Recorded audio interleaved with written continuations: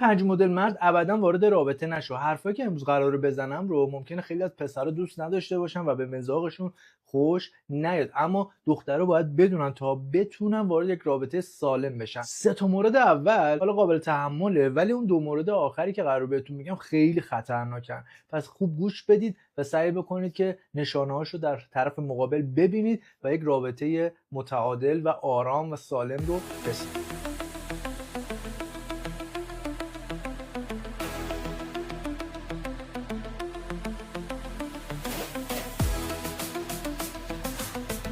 سلام و درود، من ساشا صالحی هستم، مربی تحولات فردی و سبک NLP و EFT و قراره امروز در مورد ویژگی‌های مردهای ناسالم بهتون بگم که 5 مدل هستن. مدل اول که قراره امروز بهتون بگم مردهایی هستن که من زیاد دارن. این مردها بچه‌ها خیلی وقتا ما بهشون میگیم تیپ‌های موفق طلب. مردایی هستن که من زیاد میکنن، خوب حرف میزنن، خوب قیافه حق به جانب میگیرن، سخنرانن. از یه طرفی ممکنه این مردها واقعا منی که میکنن یا خروجی داشته باشه، یعنی بلد باشن یه کارایی بکنن، دوستای زیادی داشته باشن، آشنا زیاد داشته باشن و بتونن کار راه انداز باشن.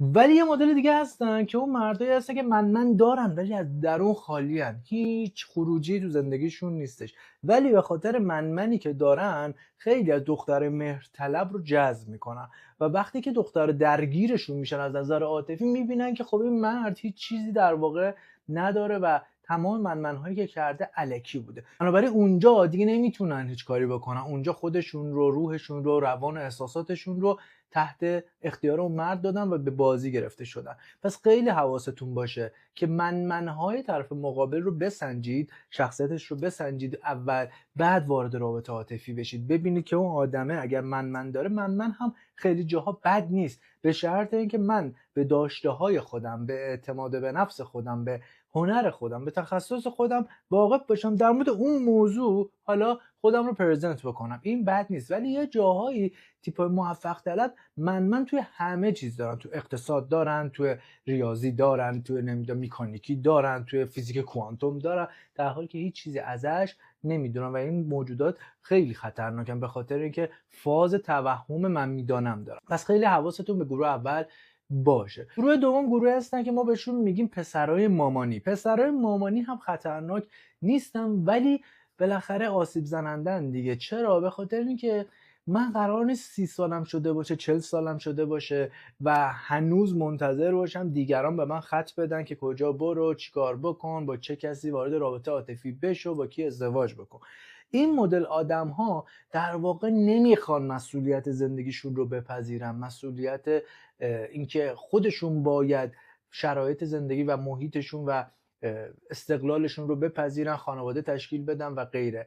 بنابراین خیلی وقتا اینجور افراد ازدواج هم که میکنن، بعد از ازدواج اون مادره، اون خواهره، اون پدره توی زندگیشون حضور داره، نه اینکه باشون زندگی بکنن، ولی که همه جوره دخالت میکنه. آقا بچه دارشین دیگه، آقا فلان کارو بکنید دیگه، آقا این کارو بکن، اون کارو بکن، بیان اینجا، برید اونجا. به زندگی اون فرد جهت میدن و اون فرد، اون پسر هم اجازه این کارو قبلا تو ذهن خودش به اون آدم‌ها داده، بنابراین اون آدم‌ها این کارو میکنن و اگر بخواد حالا قطعش بکنه، مادر پدره و اون آدمایی که دارن کنترل گرایی رو میکنن به شدت به هم میریزن و اذیت میشن. پس خیلی مهمه که درگیر این آدم‌ها نشید. من خیلی دیدم خانم میگه من یه نفر دوست دارم خیلی مثلا مامانیه، میگه مادرم باید بپذیره، قبول بکنه، مادرم قبول نمیکنه که توی زن مطلقه.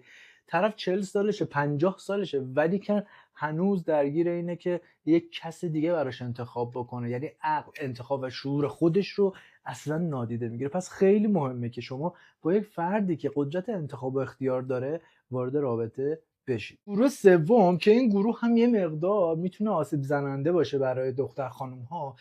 این گروه مردهایی هستن که یا یه شهر دیگری هستن، یا اینکه وقتی که وارد رابطه میشن کم کم مثلا برای کارشون، برای زندگی یا هر موضوع دیگه‌ای مهاجرت میکنن به یک شهری، یا میرن میان، یا به یک کشور دیگه حتی، و این رابطه رو به شدت فرسایشی میکنه. چه مدل دخترهایی در واقع درگیر این مردها میشن؟ دخترهایی که طرحواره طرد شدگی دارن، دخترهایی که نقص و شرم دارن.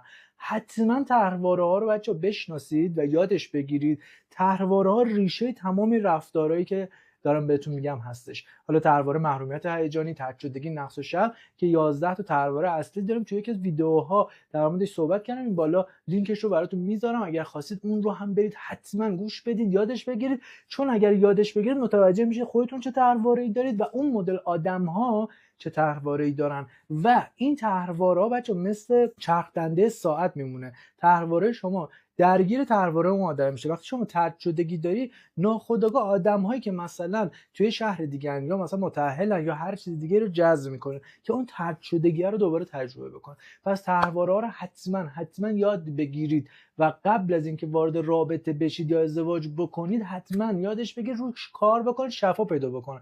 تنهایی هم نمیشه، به خاطر اینکه نیازمند یک پروسه است که باید یک سری زخم‌ها شفا پیدا بکنه. با فایل و کتاب و اینجور داستان‌ها هم نمیشه، باید حتما مربی کنارتون باشه که ما توی دوره‌های تخصصی خصوصیمون با بچه‌ها روی موضوع کار میکنیم. اما مورد چهارم و پنجم که بهتون گفتم یه مقدار خطرناک هستن، افرادی هستن، مردایی هستن که انتقامجوان. این مردها نه که زنا نباشن ولی مردهای انتقامجو مردهایی هستن که خیلی میتونن به شما آسیب بزنن. یعنی انقدر از نظر عزت نفس سطحشون پایینه، سطح عزت نفسشون پایینه و پر از عقده حقارت و طرحواره نقص و شرم هستن و این نقص و شرم کمک میکنه که بیان طرحواره استحقاقشون و واکنش جبران افراطی خیلی بیاد بالا و گاهن به افراد آسیب بزنن. کجا؟ مثل اونجایی که شما میبینید که شما به یه دختر پیشنهاد میدید، طرف میگه نه و شما به حستون بر میخوره، میرید روش اسید میپاشید. این افراد انتقامجویان. حالا توی روابط هم همینه، طرف زنشه، میبینه که زنش مثلا یه کاری میکنه، سریع میاد انتقام میگیره، از این ما دیگه من بهت خرجی نمیدم، از این ما خونه مادرت نمیفرستمت. یا بعد خشم‌های خاموش، یعنی یه سری کارا میکنن، میرم مثلا گوشیشو هک میکنه یا مثلا طلسم میگیره برای زنش. یا میگم اینها فقط مختص مردا نیست، میتونه یک زن انتقامجو هم همین کارا رو 10 برابر بدترش انجام بده. که من شاگرد داشتم، طرف سیم ترمز موتور شوهرش رو بریده و شوهرش با موتور رفته تو دیوار، خب، و آسیب جدی بهش زده. پس افراد انتقامجو که ریشش در طرحواره نقص و شرم و بی‌ارزشیه، سریع میان انتقام میگیرن. طرف مثلا با یه خانومی صحبت کرده یا چت کرده یا هر چیزی، این آدم برای اینکه انتقام بگیره میره با یه نفر وارد رابطه میشه، عکساشو استوری میکنه یا عکساشو پخش میکنه. مثلا پسرایی که دیدی دیگه فیلم طرفو پخش میکنن، فیلم مثلا سکسیشو مثلا تو اتاق با هم دیگه فیلم گرفتن، بعد میرن فیلمش رو پخش میکنن. اینها به شدت به شما آسیب میزنن. پس خیلی دقت بکنید که اون فردی که دارید باهاش وارد رابطه میشید آدمی باشه که از نظر عزت نفس در حد نرمال باشه. همه ما مشکل داریم ولی حداقل در حد نرمال باشه که اگر روزی رابطتون تموم شد آسیب جدی و خطرناک بهتون نذاره. مورد بعدی مردهایی هستن که متأهلن. مردای متأهل افرادی هستن که خب متأهلن دیگه. من نمیگم که آدمای هوسبازیان، به خاطر اینکه ممکنه توی رابطهشون یه سری اختلالا وجود داشته باشه، از اینکه نیازهای روانیشون تامین نمیشه، از اینکه زنشون قدرشون رو نمیدونه، از اینکه زنشون نیاز عاطفی و جنسیشون رو تامین نمیکنه، یا توی یک سری بخش‌ها اون حس قدرت رو و شوک‌گذاری رو نداره، به مرد نمیده حس ارزشمندی رو، حس احترام و اون مرد حس بی‌ارزشی میکنه. برای همین وارد رابطه با فرد دیگری میشه که اون احساسات رو از اون زن دریافت بکنه. باز هم ریشش عدم مسئولیت پذیری هستش و عزت نفسه، وگرنه تو باید بری رابطه قبلی چو همسرت هر چی از تمامش بکنی و بعد وارد رابطه دیگری بشی، نه اینکه این زن رو داشته باشی که کاراتو بکنه بعد بری با یه زن دیگه اشغالاتو انجام بدی. این نشون میده که شما بسیار مشکل دارید. پس حواستون باشه آدمی که متأهله اول به خودش، دوم به زنش، بچه‌هاش و سوم به شما آسیب میزنه. چرا؟ چون اون آدم حاضر نیست هیچ وقت زنشو طلاق بده. اگر حاضر بود که میرفت طلاق میداد بعد وارد رابطه میشد. اما چون حاضر نیست به زنش و زندگیش آسیب بزنه و اون تصویری که ساخته رو خراب بکنه که آدما بگن فلانی این کارو کرد آبروش بره و میاد در پنهان و خفا با شما وارد رابطه میشه. اول شما رو بمباران عشقی میکنه و بعد بهتون میگه من نمیتونم باید ادامه بدم و اینجاست که شما آسیب میخورید. من نمیتونم زن و بچه‌مو ازشون جدا بشم و طلاقش بدم و اینجاست که شما میبینید که بازی خورید و احساس حماقت و بی‌ارزشی بهتون دست میده. چرا؟ ریشش طرحواره نقص و شرم و طرد شدگی در شماست که حس میکنید من لایق یک رابطه کامل، یک عشق کامل نیستم. اما نکته آخر افرادی هستن که این رو دارم هدیه بهتون میگم، جدا از اون 5 مورد یه مورد ششمی وجود داره که بهش میگن پسرایی هستن که قهر میکنن. این قهر کردن خودش میتونه یک انتقام باشه که من خودم رو از طرف مقابل میگیرم. من خیلی وقتا خودم این کارو میکردم در گذشته که وقتی تو رابطه عاطفیم دچار مشکل میشدم تلفنمو خاموش میکردم، جواب نمیدادم، حتی تو کارم هم یه وقتایی با همکارام این کارو میکردم و این نشون دهنده عدم عزت نفس پایینه که تو به جای اینکه بیای حرف بزنی مشکلت رو حل بکنی میخوای انتقام بگیری که اون آدمه رو به سزای عملش برسونی یا آگاهش بکنی که رفتار اشتباه بوده. کتاب بازی‌های اریک بر این رو بهش میگن یه نوع بازی پدرسگ دیدی گیرت آوردم. خب و به شدت آسیب زننده است، چون مردایی که قهر میکنن نمیدونن چه آسیب روانی و عدم امنیت رو در رابطه و اون زن میکارن. شاگرد داشتم که این خانم میگه همسر من گذاشت رفت، قهر کرد، تلفنش رو خاموش کرد و یک هفته من زنگ میزدم و جواب نمیداد و اتفاقی که افتاد من چون بدهی داشتم مجبور شدم برم با صاحبکارم وارد رابطه بشم که اون بدهی‌ها رو بتونم چکایی که داشتم رو پرداخت بکنم.